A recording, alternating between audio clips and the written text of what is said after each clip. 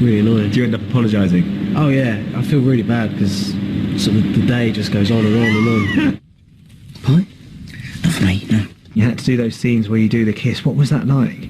Yeah, it was weird. It was actually the first scene that I filmed of the whole film, yeah. And So start with the hardest and then work down. Yeah.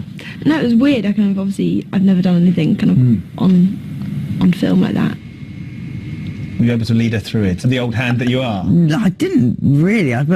It's weird because I did something possibly slightly stupid because I sort of assumed that because I was all right, she's going to be fine. So I didn't really think she'd be nervous. Apparently, she was very nervous, and rightly so. I think at first, the first few takes of the rehearsals can be really weird, and it is quite awkward. But then after that, it just seems weirdly kind of just more. You got into it? Yeah. Did you enjoy it? Is he a good kisser? That's what they want to know. I know, that's all they ask. Harry needs to make the most of the good times as the darkness is closing in. But this time, I cannot hope to destroy it alone. Once again, I must ask too much of you, Harry. Harry and Dumbledore's relationship changes in this film from being some teacher and student to a general and a foot soldier. And Harry's totally willing to do anything he can to help Dumbledore, because I think the main difference this year is that whereas before Harry's always talked about, wanting to fight Voldemort and I'll kill him and all that. Well, you won't. But this year round, he's actually doing something towards it, and he's actually taking action under Dumbledore's instructions. Take my arm. What is it that Dumbledore and Harry are trying to achieve in this film? Why are they? They're trying to achieve sort of goodness, aren't they? Trying to get rid of Voldemort, that evil pig. Hogwarts is under threat. It's no longer the safe haven it once was.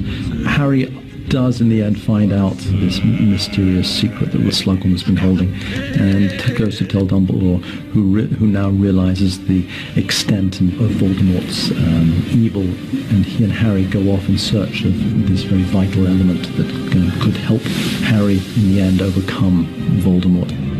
One of the climactic scenes in the film finds Harry and Dumbledore in a vast cave, so huge that it was impossible to build a whole set large enough or find a real location.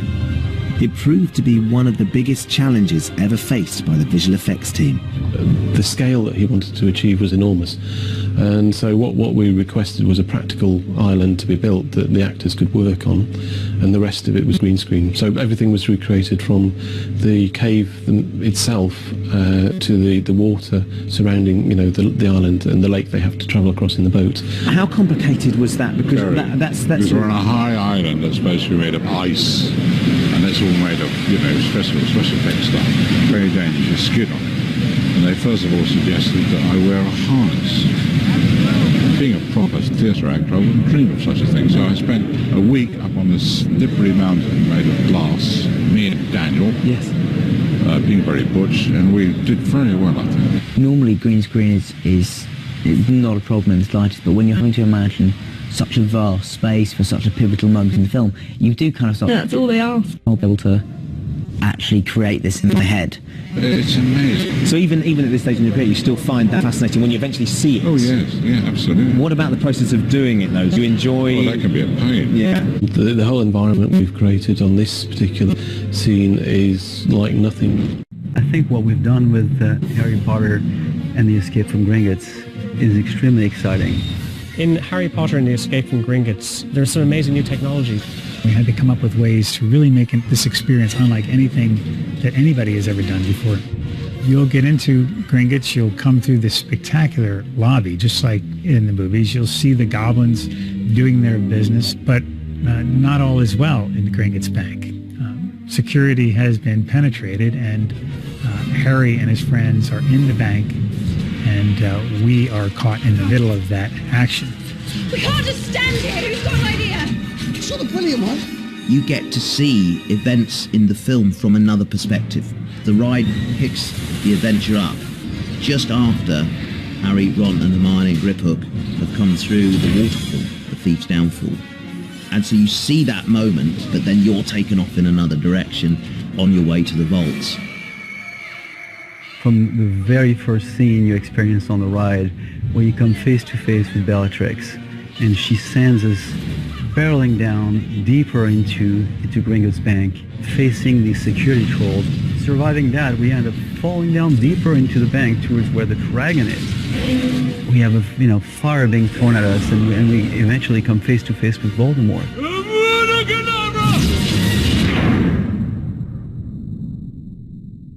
That is going to be intense. This is going to be an amazing ride with so many different levels to it. It's going to be quite scary because it's the first time the fans can really kind of experience the evil of Voldemort. And in 3D, I think that'll be quite a lot to handle. I think after you ride Harry Potter and the Escape from Gringotts, you're going to feel like I survived the most incredible adventure of my life. It is going to be mind-blowing. It's going to be absolutely awesome, and you're going to want to get back on it right away.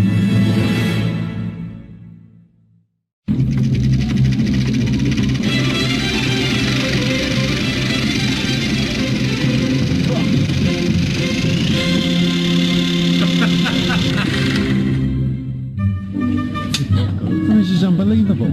Emma Watson on the phone. On set. On the bed. On the bed. With her shoes on. This is a nicer rat.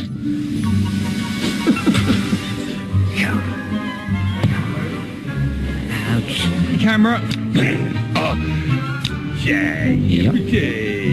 Ting tong. 1,000, take one. Was that 1,000? Well, hey! Do I smell champagne? Irate. You'll love this.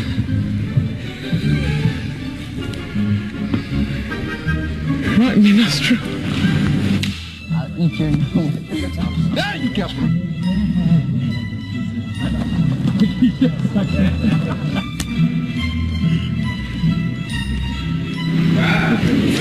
Better than school, isn't it? Excuse me. You saw nothing. Where do you want us to go from, sir? Cut. There are many names for you right now.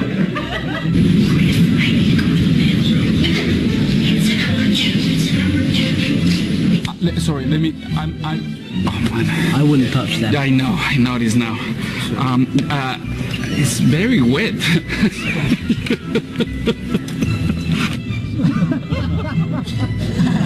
We're so annoying.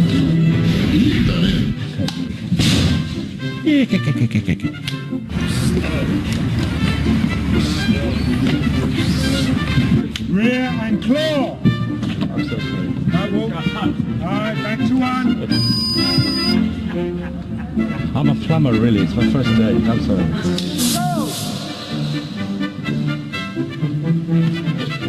That is so good. Rupert, go to your left. Other left. The other left. Please don't put them on. Please don't. I got something in my teeth. Whose hand was that?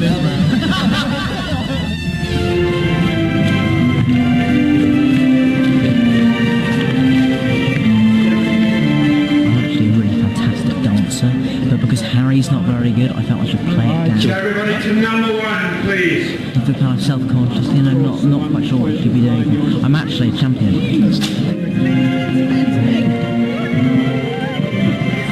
How many times have I done it? I don't know.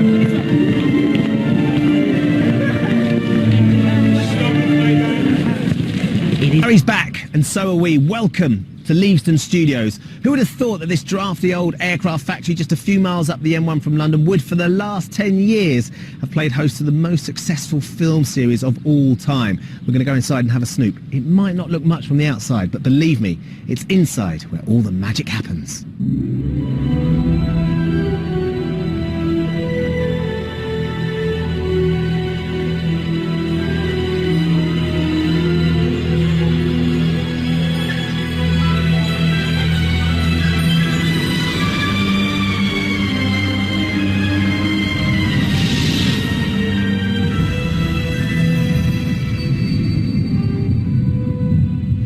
behind the scenes of the 7th film in the Harry Potter series. Now, as you know, there are 7 books, so you may be thinking this is the last film. But luckily for us, you're wrong, because it was too big a story to squeeze into just one film. So in fact, this is the first of the last. Harry Potter and the Deathly Hallows, Part 1. This film is unique because for the first time ever, it all happens away from Hogwarts. Life has changed beyond all imagining. Nothing is as it seems. And by the end of this film, no one is safe and the death toll will be rising. We'll be getting the inside track on the making of this film and picking up some very exclusive snippets. It is the only moment between Harry and Hermione where you go, are they about to do something? Finding out what happened when Harry Potter closed down Piccadilly Circus. And for the first time ever, we get to see how they fly a broomstick, and I get to have a go. To be honest, you're not going to get any closer to the stars of the film than this. Ben! But make no mistake, this is the most dangerous chapter in the Harry Potter story yet. Our heroes find themselves away from everything that is safe and familiar, struggling to find their way without the guidance of Hogwarts headmaster Albus Dumbledore, who died at the end of the last film, leaving Harry in turmoil without his friend and mentor. Not only is there the emotional side to Dumbledore's death which affects Harry, but there's also the kind of the purely practical side that he was the guy who with all the information, and now that he's died, sort of all of that knowledge we think has died with him. The film sees Harry, with the help of his friends, continue Dumbledore's mission as best he can to destroy Voldemort, the most evil wizard of all time. Help me! Voldemort split his soul into 7 different pieces, and he hid the pieces of his soul into these different objects which have personal meaning to him. And so the only way to essentially defeat Voldemort is to destroy each and every one of these Horcruxes. Question is, did he actually destroy the real Horcrux? First of all, can you explain why you decided to split the book into 2 parts? Well, when the idea was first mooted, I thought it was a terrible idea. I mean, we'd never done it before. We discussed doing it on the 4th book, on Goblet of Fire, because that was the first one. Substantial. Massive. As the books got larger, we made a decision to tell the story from Harry's point of view. And that meant necessarily that certain things fell by the wayside. In this one, in the 7th book, in Deathly Hallows, everything is really about Harry. And if we were to leave anything out, it would really hurt the story. It wouldn't make sense, really. And if we weren't going to have a 5-hour film, we needed to split it up into 2. At the start of this film, Harry's preparing to leave Privet Drive, the home of his measly Muggle family, the Dursleys, who took him in when he was orphaned as a baby. But in order to get away without being caught by Voldemort and his followers, his friends have come up with a very clever plan to confuse them. It involves drinking this Polyjuice potion. It's very strong, though. Forget seeing double. There's 7 Harrys in this film. Oh, that's coming home with me. Oh. The plan is that each of his friends will turn into a Harry clone and take a different route back to a safe house. We go in pairs. That way, if anyone's out there waiting for us, and I reckon there will be, they won't know which Harry Potter is the real one. The real one? I believe you're familiar with this particular brew. No, absolutely not.